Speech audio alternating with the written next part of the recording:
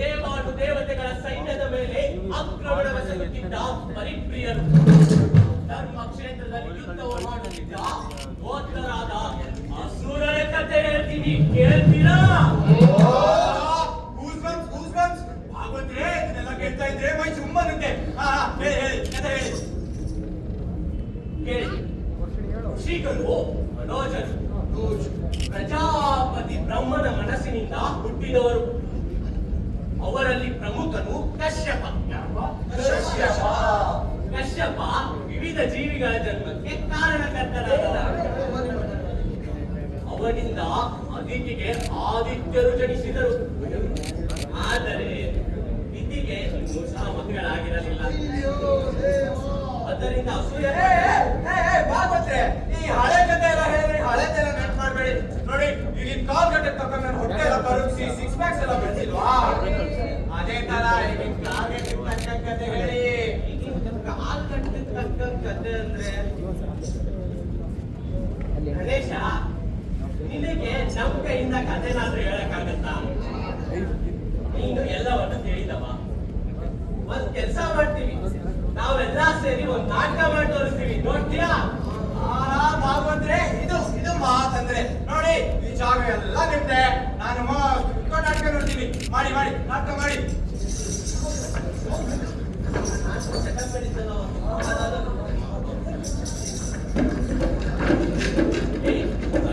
ಸಾಕು, ಈ ಕಡೆ ಹೋಗು.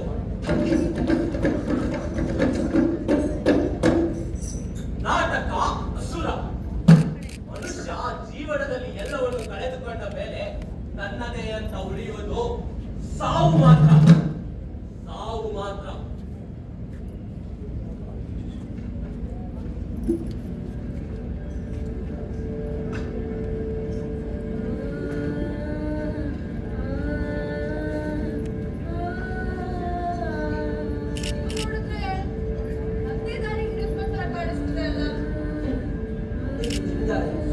ನಮ್ದಾರಿ ಅಂತ ಯಾವುದೂ ಇಲ್ಲ. ಎಲ್ಲ ಕೊನೆಸಿರೋದು ಒಂದೇ ನೋಡಿ, ನಮ್ಮ ದಾರಿ ಮತ್ತೊಬ್ಬ ಜೊತೆಗಾರ. ನೀವು ಸಹ ಬದುಕಿನ ಕೊನೆ ದಾರಿ ಹುಡುಕೊಂಡು ಬಂದ್ರ? ಅದು ಸಹಾಯಕ್ಕೆ ಹೋಗ್ತಾ ಇದ್ದೀನಿ. ಒಬ್ಬರ ಬಗ್ಗೆ ಒಬ್ಬರು ತಿಳ್ಕೊಳ್ಳೋದು ಒಳ್ಳೇದೇ. ನಿಮ್ ಕಥೆ ಹೇಳಿ. ಏನು ಅಂತ ಹೇಳಿ? ನನ್ನ ಜೀವನ ತುಂಬಾ ಬರೀ ನೋವೇ ತಿಳ್ಕೊಂಡಿದ್ದೆ.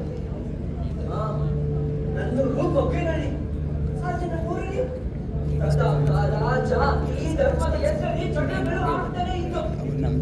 ಸ್ವಲ್ಪನೂ ನೆಮ್ಮದಿನೇ ಇರಲಿಲ್ಲ.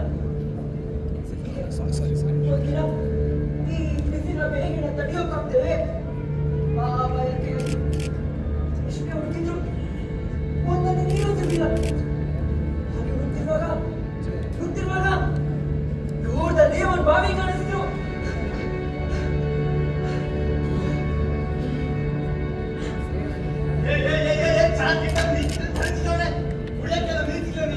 ನಮ್ ಜಾಸ್ತಿಯಲ್ಲಿ ಕಿತ್ತಿದ್ದು ಒಂದೇ ಒಂದು ಬಾವಿ ನೀರು, ಅದನ್ನು ಬೇಗ ಬಿಟ್ಟಲ್ಲೋ. ನಾನೇನ್ ಮಾಡ್ದೆ? ಬಯಕೆ ಆಗಿತ್ತು, ಅದಕ್ಕೆ ನೀರು ಕುಡಿಯೋಣ ಅಂತ ಇದಕ್ಕೆ ಬಂದೆ. ಅದ್ರೊಳಗೆ ತಪ್ಪು ಹೊಡೆದಲ್ಲಿ ಮಾಡಿ ಏನ್ ಮಾಡಿದ್ರೆ ನನಗೆ ಕೈತ್ಯಾ ನಿನ್ನ ಕುಡೀರಿ. ಬರಿಗೆ ಊಟಕ್ಕೋಸ್ಕರ ಹೇಳ್ಸುತ್ತೆ.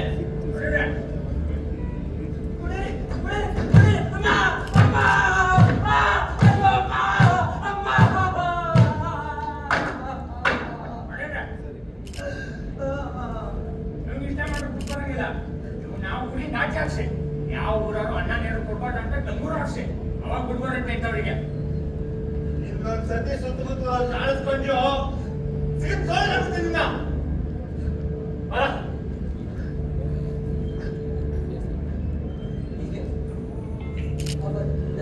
ಯಾವುದೇ ಗುರಿ ಕೊಟ್ಟರು ನನ್ನ ಅವಮಾನ ಮಾಡ್ತಾನೆ ಇದ್ರು. ಅನ್ನ ಕೊಡ್ತೀಯ, ಕುಡಿಯೋ ನೀರು ಕೊಟ್ಟೆ, ಹೆಚ್ಚೆ ಅವಮಾನ ಮಾಡ್ತಿದ್ರು. ಈ ಜನ ಅದಕ್ಕಿಂತ ಮಾನವೇ ದೊಡ್ಡದು ಅಂತ ಗೊತ್ತಿರೋಣ. ಆದ್ರೆ ಈ ಜನ ಜಾತಿ ಧರ್ಮದ ಹೆಸರಲ್ಲಿ ನಮ್ಮನ್ನ ಮೆಟ್ಟಿ ನಡೀತಾ ಇದ್ದಾರೆ. ನಮ್ಮನ್ನ ಮೆಟ್ಟಿ ನಡೀತಾ ಇದ್ದಾರೆ.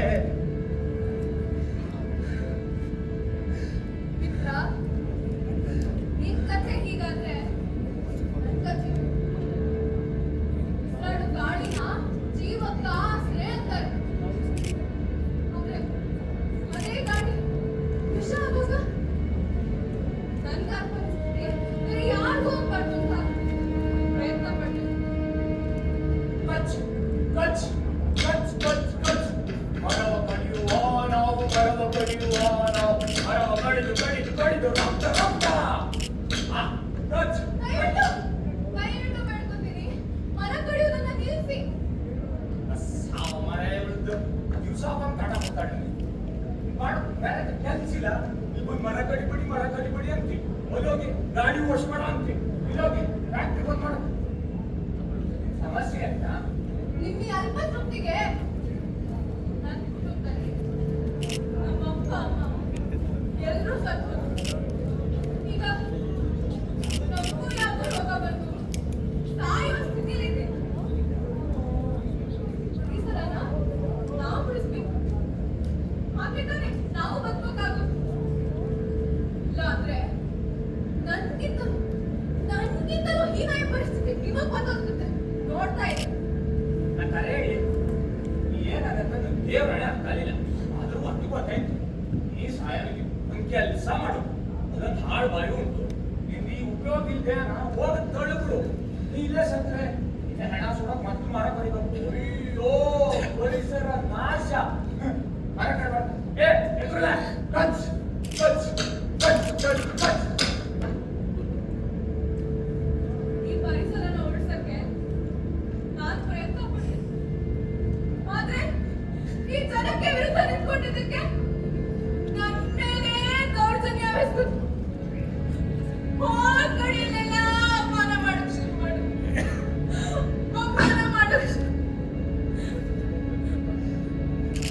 ಈ ಮಾನವರು ತಮ್ಮ ಸ್ವಾರ್ಥಕ್ಕೆ ಈ ಭೂಮಿನ ಅಂತ್ಯ ಕಡೆ ಕೊಂಡು ಹೋಗ್ತಾ ಇದ್ದಾರೆ. ಅಂತ್ಯ ಕಡೆ ಕೊಂಡು ಹೋಗ್ತಾ ಇದ್ದಾರೆ.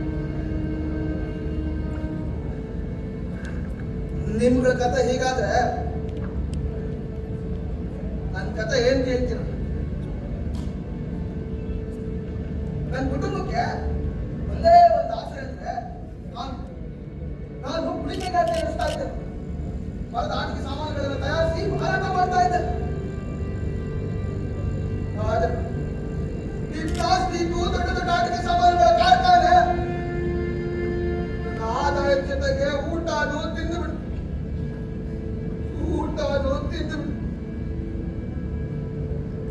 ತಿನ್ನೋಕೆ ಗೊತ್ತಿದ್ದ ನಾನು ಒಂದು ಫ್ಯಾಕ್ಟರಿಗೆ ಕೆಲಸಕ್ಕೆ ಹೋಗಕ್ಕೆ ಶುರು ಮಾಡಿದೆ. ಆದ್ರೆ ಒಂದು ದಿನ ಇಲ್ಲಲೇ ಯಾಕೆ ಸರ್ ಏನಾಯ್ತು? ಏನಿಲ್ಲ, ನಿಮ್ಮನ್ನ ಕೆಲ್ಸದಿಂದ ಕಿತ್ತಾಕಿದಾರಪ್ಪ. ಸರ್ ಯಾಕೆ ಸರ್ ನನ್ನಿಂದ ಏನಾದ್ರು ತಪ್ಪಾಯ್ತಾ ಸರ್? ಯಾಕೆ ಸರ್ ನನ್ನ ಕೆಲಸದಿಂದ ಕಿತ್ತಾಕಿದ್ದೀರಾ? ತಪ್ಪಂತ ಏನಿಲ್ಲ, ಆದ್ರೆ ನಿಮ್ಗಳ ಜಾಗಕ್ಕೆ ಅದ್ ಯಾವ್ದೋ ಹೊಸ ರೋಬೋಟ್ಗಳು ಹಾಗೂ ಅದೇನೋ ಮಷಿನ್ಗಳು ಬಂದಿದಾವಂತೆ. ಅದಕ್ಕೆ ನಿಮ್ ತರ ಆದಾಯನೂ ಕೊಡ್ಬೇಕಂತಿಲ್ಲ, ಊಟನೂ ಹಾಕ್ಬೇಕಂತಿಲ್ಲ, ಮತ್ ಕೆಲ್ಸನೂ ಬೇಗ ಆಗುತ್ತಂತೆ. ಅದಕ್ಕೆ ಸಾಹೇಬ್ರು ನಿಮ್ಮನ್ನೆಲ್ಲ ಕಿತ್ತೋಗ್ಯಕ್ಕೆ ಹೇಳಿದ್ದಾರೆ ಕೆಲ್ಸದಿಂದ.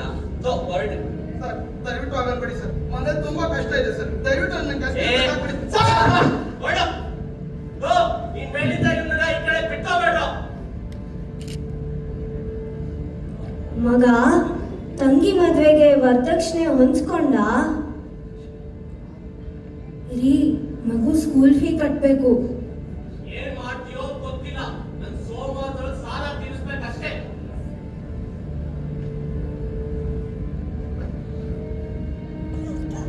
ತಂಗಿ ಮದುವೆ ಮಾಡಕ್ಕಾಗ್ದೆ, ಮಾಡಿರೋ ಸಾಲನ ತೀರ್ಸಕ್ಕಾಗ್ದೆ, ಮಕ್ಕಳು ಫೀಸ್ ಕೂಡ ಕಟ್ಟಲಿರುವಂತ ಪರಿಸ್ಥಿತಿ ಬಂದ್ಬಿಟ್ಟು ಅದಕ್ಕೆ ನಾನು ಸತ್ರೆ ಅದರಿಂದ ಬರೋ ಇನ್ಸೂರೆನ್ಸ್ ಹಣದಿಂದ ನನ್ನ ಕುಟುಂಬ ಜೀವನ ಸಾಗಿಸ್ಬೋದು ಅಂತ ಸಾಯೋಕ್ ಬಂದೆ. ಇಲ್ಲಿಗೆ ಸಾಯೋಕ್ ಬಂದೆ. ಇದಕ್ಕೆಲ್ಲ ಕಾರಣ ಈ ಮಾನವನ ಅತ್ಯಂತ ದುರಾಸೆ, ಐಷಾರಾಮಿ ಜೀವನ, ಸ್ವಾರ್ಥ. ಹೌದು, ಈ ಮಾನವರ ಅತಿಯಾಸೆ ಸ್ವಾರ್ಥ ಮನೋಭಾವದಿಂದ ನಮಗೆ ಈ ಪರಿಸ್ಥಿತಿ ಬಂದಿರೋದು.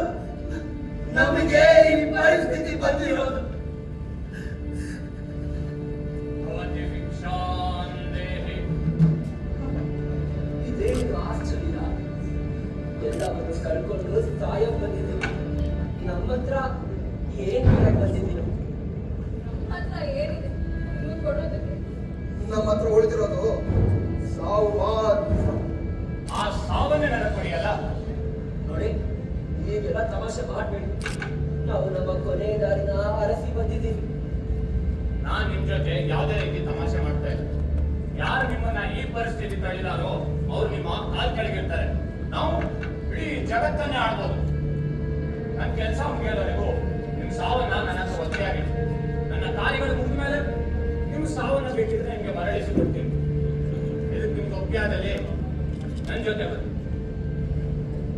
ಇದ್ರ ಸಹಾಯ ಕೊಡ್ತಾ ಇದ್ದೀವಿ. ಇದೊಂದು ಕೊನೆ ಅವಕಾಶ ನೋಡೇ ಬಿಡೋಣ. ನಡೀರಿ.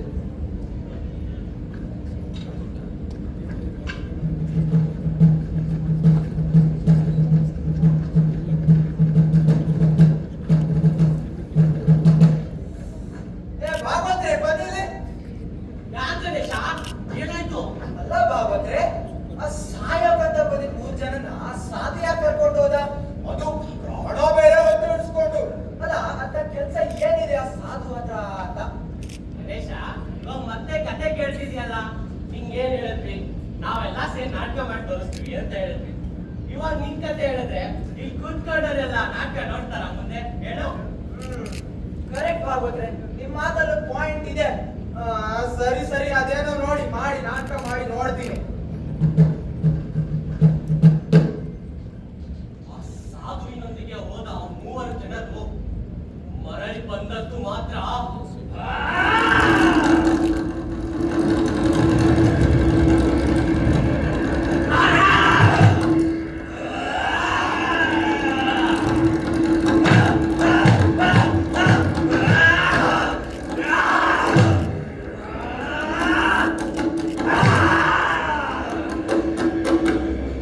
ಇವನು ಕಿರ್ಲಿಮ.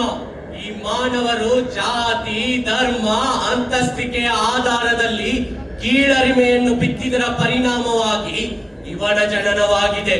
ಈಗ ಇವನು ಈಗ ಈ ಮಾನವರಲ್ಲಿ ಕೀಳರಿಮೆಯ ಭಾವನೆಯನ್ನು ಹುಟ್ಟಿಸಿ ತಮ್ಮ ತಮ್ಮಲ್ಲಿ ತಾವೇ ಜಗಳ ಮಾಡಿಕೊಳ್ಳುವಂತೆ ಮಾಡಿ ಅವರ ಸಂತತಿಯ ನಾಶಕ್ಕೆ ನಾನೇ ಆಡುತ್ತೇನೆ.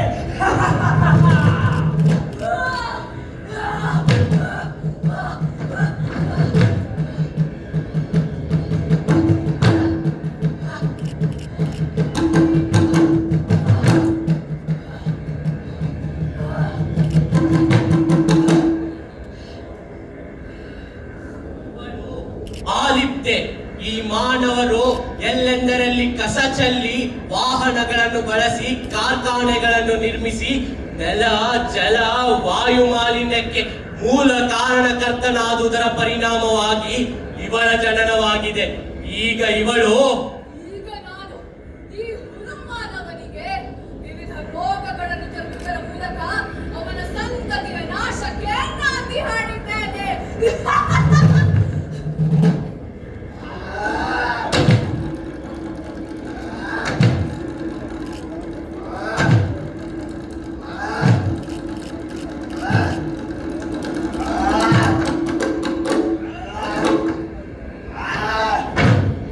ಇವನು ಕುಕ್ರಾಷ್ಟ್ರ. ಈ ಮಾನವರು ಮಾನುಷ ಶಕ್ತಿಯ ಮೇಲೆ ಭರವಸೆ ಇಲ್ಲದೆ ಕೃತಕ ಬುದ್ಧಿಮತ್ತೆಯ ರೋಬೋಟ್ಗಳು ಹಾಗೂ ಯಂತ್ರಗಳ ಮೇಲೆ ಹೆಚ್ಚಿನ ಅವಲಂಬನೆಯನ್ನು ಹೊಂದಿದರ ಪರಿಣಾಮವಾಗಿ ಇವನ ಜನನವಾಗಿದೆ. ಈಗ ಇವನು ಹೆಚ್ಚಿನ ಶಕ್ತಿಯನ್ನ ಯಂತ್ರಗಳ ಮೇಲೆ ವಿನಿಯೋಗಿಸುವ ಹಾಗೆ ಮಾಡಿ ಈ ಮನುಷ್ಯ ಕುಲದ ವಿನಾಶಕ್ಕೆ ನಾನೇ ಆಡುತ್ತೇನೆ. ಮಿತ್ರರೇ, ಬನ್ನಿರಿ, ಯಾರ ಕುಲವನ್ನ ನಾಶಗೊಳಿಸೋಣ, ಮನುಷ್ಯರ ರಕ್ತವನ್ನ ಏರಿ ಕುಡಿಯೋಣ.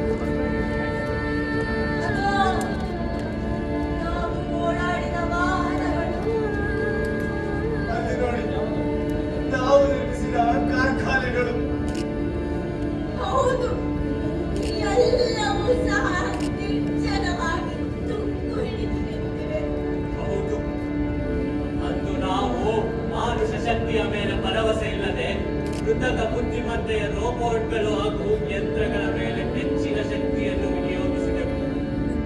ಅಷ್ಟೇ ಅಲ್ಲದೆ ಜಾತಿ, ಧರ್ಮ, ಅಂತಸ್ತಿಕೆಯ ಆಧಾರದಲ್ಲಿ ಎಷ್ಟೋ ಸಾಮಾನ್ಯ ಜನರನ್ನು ಕೊಂದು ಹಾಕಿದೆವು.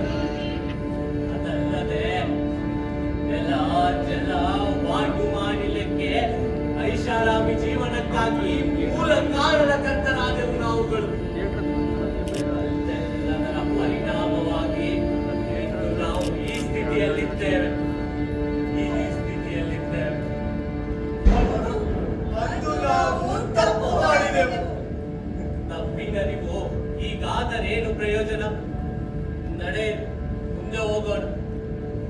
ಬನ್ನಿ.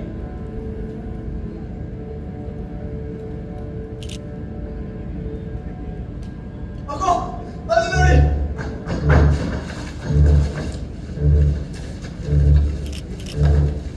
ಅಯ್ಯೋ, ಇದೆಂತ ಪರಿಸ್ಥಿತಿ ಬಂದೊದಗಿತ್ತು ನಮಗೆ. ಆದಿಯಲ್ಲಿ ಮಾನವ ಬೇಟೆಯಾಡಿ ಹಸಿಮಾಂಸವನ್ನು ತಿನ್ನುತ್ತಿದ್ದ. ತದನಂತರ ಬೇಯಿಸಿ ವಿವಿಧ ಮಸಾಲೆಗಳನ್ನು ಬಳಸಿ ತಿನ್ನತೊಡಗಿದ. ಆದರೆ ಈಗ ಕಸದ ತೊಟ್ಟಿಯಲ್ಲಿ ಬಿದ್ದಿರುವುದನ್ನು ತಿನ್ನಬೇಕಾಗಿದೆಯಲ್ಲ. ಆದಿಯಲ್ಲಿಗಿಂತಲೂ ಹೀನಾಯ ಸ್ಥಿತಿಯೋ ನಮಗೆ ಬಂದೊದಗಿತಲ್ಲ. ಅಯ್ಯೋ,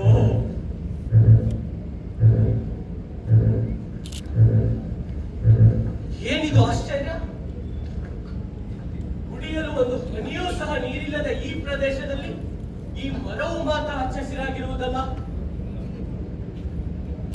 ಏನಿದು?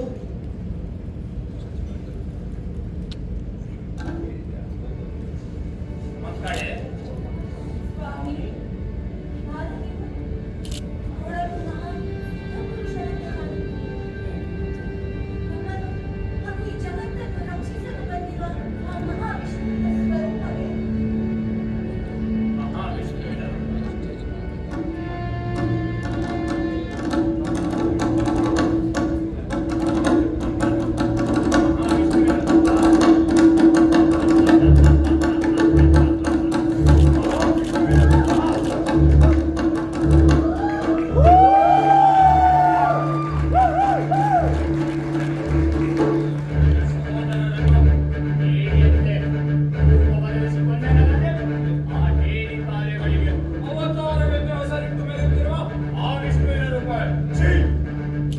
ಹಾಗಾದರೆ ನೀವು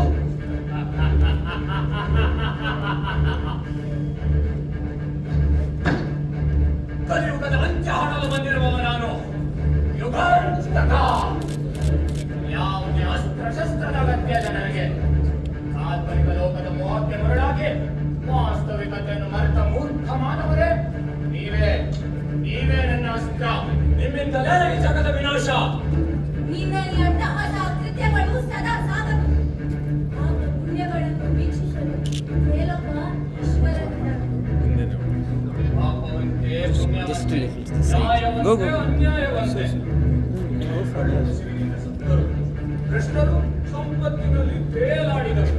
ನಿಮ್ಮ ದುರಾಸೆಗಳನ್ನು ನೆರವೇರಿಸಿಕೊಳ್ಳಲು ಧರ್ಮದ ಹೆಸರನ್ನು ಬಳಸಿದ್ದೀರಿ. ಇಂತಹ ಧರ್ಮದ ಮೇಲೆ ನಿಂತ ಜಗತ್ತು ಅರಿವಾಗದೆ ಮತ್ತೇನಾದೀತು?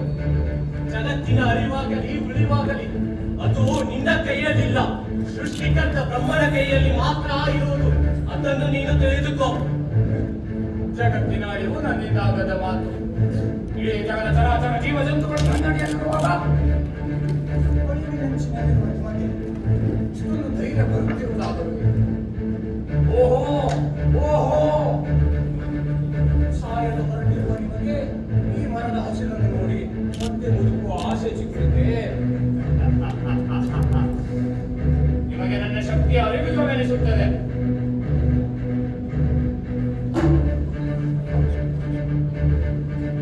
ಇರಲಿ, ನಿಮಗೆ ಬದುಕಲು ಕೊನೆಯ ಅವಕಾಶವನ್ನು ನೀಡುತ್ತೇನೆ. ನಶ್ವರದೋಳ್ ನಶಿಸದೆ, ಆಸೆ ಎದೆಯಲ್ಲಿ ಹುದುಗಿಸದೆ, ನಿಮ್ಮ ನಡುವಿನಂಚಿಗೆ ತಳ್ಳದೆ ಕೊನೆಯ ಅವಕಾಶವನ್ನು ನೀಡುವೆನು. ಕೈ ಜೋಡಿಸಿ ನನ್ನೊಂದಿಗೆ ಈ ಮೂರು ಲೋಕಗಳ ವಿನಾಶಕ್ಕೆ. ಪ್ರಾಣವನ್ನು ತೊರೆದವರೆಗೂ ನಾವು ನಿಮ್ಮೊಡನೆ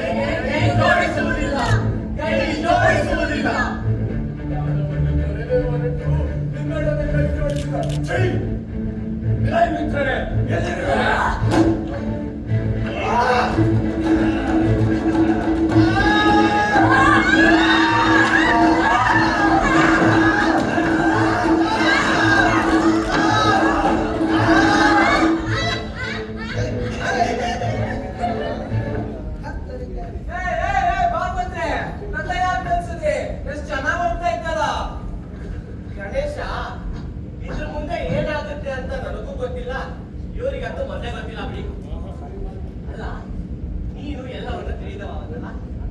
ಇದ್ರ ಮುಂದೆ ಏನಾಗುತ್ತೆ ಅಂತ ನೀನೇ ಹೇಳ್ಬಿಡುವಲ್ಲ. ಅಲೇ ಇದ್ದೀರಾ ಭಾಗವತರೇ, ನೀವು ನನ್ನಿಂದಾನೇ ಕಥೆ ಹೇಳಿಸ್ಬೇಕಂತ ಅನ್ಕೊಂಡಿದ್ದೀರಾ? ಸರಿ ಕೇಳಿ.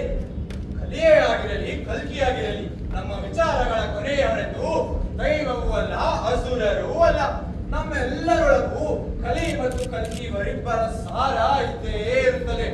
ನಮ್ಮನ್ನು ಸದಾಚಾರ ಹಾಗೂ ಒಳ್ಳೆಯ ಕಾರಣದಿಂದ ನಡೆಸುವ ನಾಯಕನೇ ಕಲ್ಕಿ.